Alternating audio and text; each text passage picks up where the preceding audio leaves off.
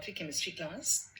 आज आपका solid state का सेकंड डे का क्लास की बात हम लोग करेंगे, जिसमें सॉलिड को हम लोग क्लासिफाई करेंगे on the basis of intermolecular forces of attraction. वो इंटरमॉलिकुलर फोर्सेस ऑफ अट्रैक्शन कौन कौन सा होगा एंड उन कॉन्स्टिट्यूएंट पार्टिकल्स जिन्होंने सॉलिड को बनाया है उनके बीच में कौन कौन से फोर्सेस ऑफ अट्रैक्शन होंगे, किस तरह के फोर्सेस ऑफ अट्रैक्शन होंगे जिसकी वजह से वो सब्सटेंसेस एक दूसरे से अलग हो जाते हैं। तो वो हम लोग देखेंगे आज। और दूसरी बात क्या है कि वो फोर्सेस कौन कौन से हैं। हो सकता है 11th में आप ठीक से समझे नहीं होंगे, वो हम कोशिश करेंगे वो इंटरमॉलिकुलर फोर्सेस ऑफ अट्रैक्शन भी आपको समझाने का। इसके बाद एक इस जो टॉपिक आज की पढ़ाई होगी उसमें जो क्वेश्चन का पैटर्न आपको अपने सीबीएसई एग्जाम या कॉम्पिटिटिव एग्जाम्स में देखना होगा। जो एग्जाम्पल्स एनसीईआरटी में कोट किए हुए हैं उन एग्जाम्पल्स पर ये लोग पूछ देते हैं कि कौन से सॉलिड में वो कैटेगराइज हैं। तो इस चीज को आज अच्छे से समझना है। दिस इज हियर क्लासिफिकेशन, ये आपका दिया हुआ है। मॉलिकुलर सॉलिड हो गया, आयनिक सॉलिड हो गया, मेटालिक सॉलिड्स हो गए एंड कोवेलेंट सॉलिड्स हो गए। ये आप अच्छे से इस चीज को देख सकते हो। और इस केस में ये चीज नोटिस करना है कि जो मॉलिकुलर सॉलिड आ रहा है आपका, जैसे हम लोग यहाँ पर बात करेंगे मॉलिकुलर सॉलिड 3 तरह के हो गए, ए बी एंड सी।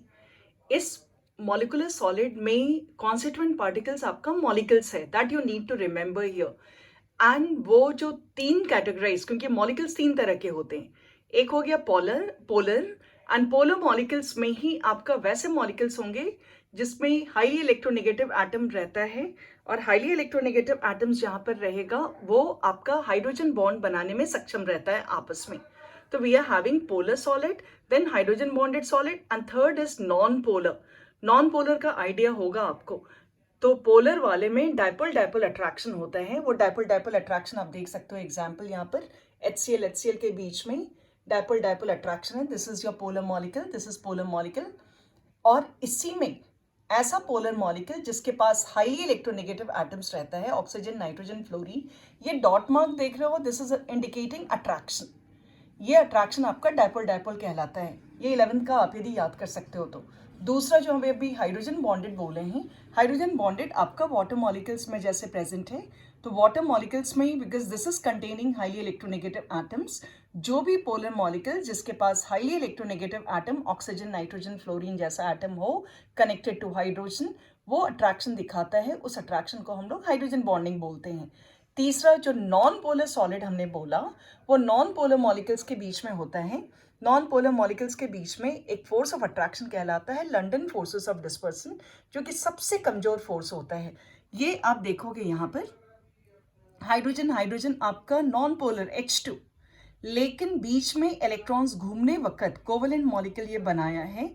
जब ये इनका जो शेयर पेयर ऑफ इलेक्ट्रॉन है एक साइड यदि हो जाएगा तो ये पार्शियल नेगेटिव चार्ज एक्वायर करेगा एंड इसके ऊपर पार्शियल पॉजिटिव चार्ज।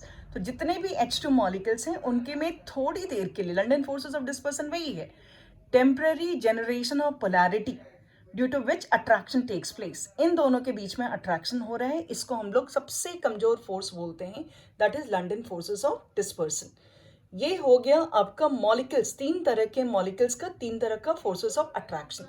इसके बाद हम लोग आ जाएंगे वापस आयनिक सॉलिड पर। आयनिक सॉलिड में जो कि कॉन्स्टिट्यूएंट पार्टिकल आयंस हैं, इसमें कौन सा फोर्स ऑफ अट्रैक्शन रहता है? Coulombic forces of attraction. तीसरा था मेटालिक सॉलिड। मेटालिक सॉलिड में आपका मेटालिक बॉन्ड रहेगा। Metallic bond is also attraction between colonel's of one atom with valence electron of other atoms. And कौन सा इसमें कॉन्स्टिट्यूएंट पार्टिकल है? Metallic atoms. नेक्स्ट है आपका कोवेलेंट सॉलिड। कोवेलेंट सॉलिड के केस में कोवेलेंट सॉलिड में कोवेलेंट नेटवर्किंग रहता है बिटवीन एलिमेंट्स। ये आपको हम दिखाएंगे डायमंड एंड ग्रेफाइट के केस में। डायमंड ग्रेफाइट के केस में कैसे नजर आएगा? डायमंड आप देख लो, डायमंड में हर एक कार्बन एटम sp3 हाइब्रिडाइज्ड है एंड sp3 हाइब्रिडाइज होने की वजह से वो इसमें कोई जो डॉट डॉट डॉट उसमें दिखा रहे थे, यहाँ पर अट्रैक्शन नहीं दिखेगा। यहाँ पर हर बॉन्ड बेसिकली रहता है कोवेलेंट बॉन्ड, और सब जो इसके पहले था आपका अट्रैक्शन था एक दूसरे के बीच में किसी वजह से, चार्ज की वजह से, या कोई पार्शियल चार्ज आ गया, थोड़ी देर के लिए भी आ गया। यहाँ चार्ज डेवलप नहीं होता है, यहाँ पर बकायदा शेयरिंग होता चला जाता है।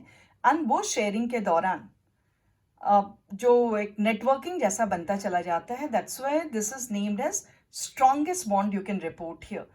एंड डायमंड का आपको दिख रहा है बाईं तरफ नेटवर्किंग की वजह से। एंड ग्रेफाइट में क्या है, हर carbon atom is sp2 hybridised. sp2 hybridise होने की वजह से ट्रायंगुलर प्लेनर स्ट्रक्चर बनाया। ट्रायंगुलर प्लेनर स्ट्रक्चर होने से ये पूरा एक लेयर शीट में, लेकिन इस केस में एक इलेक्ट्रॉन पर कार्बन एटम फ्री रहता है, जिसकी वजह से ग्रेफाइट कंडक्शन शो करता है। लेकिन इतनी दूर में नेटवर्किंग है कोवेलेंट बॉन्ड का, ये लेयर की वजह से। ग्रेफाइट के बारे में जैसे सुना होगा कि they can slide over each other, तो वो एक दूसरे के साथ स्लाइड भी करता है। वजह यही है क्योंकि ये फोर्स जो अट्रैक्शन है ये लंदन फोर्सेस है। ये simply attraction is London forces जो डॉट दिखाएगी। इस वाले डायमंड में तो वो भी नहीं है, इसलिए डायमंड पूरे नेचर में सबसे स्ट्रॉन्गेस्ट सब्सटेंस के नाम से जाना जाता है। ये बात हम लोग जैसे जानते हैं। ये आपका क्वेश्चन है, classify the following different categories based on nature. ये जितना, एक चीज ध्यान रखना, आयोनिक सब्सटेंस आयोनिक बॉन्डिंग में चला गया, जैसे पोटेशियम सल्फेट किस तरह का सॉलिड है, आयोनिक हो गया। टिन कैसा हो गया, मेटालिक। बेंजीन, आपका बेंजीन मॉलिक्यूल्स आपस में कैसे जुड़े होंगे, नॉन पोलर होने की वजह से नॉन पोलर सॉलिड। ये जो टेबल आपका फर्स्ट पीपीटी में गया था या एनसीईआरटी बुक में दिया हुआ है, ये आपको हेल्प करेगा क्वेश्चन सॉल्व करने में। ये चीज़ देखोगे। और सेकंड थर्ड वगैरह तो आपका जो पहला जो क्लास था एमोफस एंड ये पहचानने का, सेकंड में भी क्वेश्चन आ रहा है, solid A is very hard electrical insulator in solid as well as in molten state. ये आपको टेबल में जो कैरेक्टरिस्टिक्स दिया है उससे मदद मिल जाएगा। फिर आपका तीसरा, ionic solid conducts electricity in molten state but not in solid state, क्योंकि सॉलिड स्टेट में वो फ्री नहीं है। आयंस, जो ions are responsible for conduction in ionic compound, वो फ्री नहीं है सॉलिड स्टेट में, मॉल्टन में फ्री रहता है। What type of solids are electrical conductors, malleable and ductile, ये सारे क्वेश्चंस कीजिएगा। कहाँ आंसर आपको मिलेगा, जो पहला पीपीटी में स्लाइड था और वो एनसीईआरटी बुक में जो टेबल दिया हुआ है। What type of solids are electrical conductors, malleable and ductile, ये भी आप उधर से ही देख करके कीजिएगा। तो ये रहा आपका सेकेंड टॉपिक का। थर्ड टॉपिक हम लोग दूसरी चीज लेकर के आएंगे। Thank you.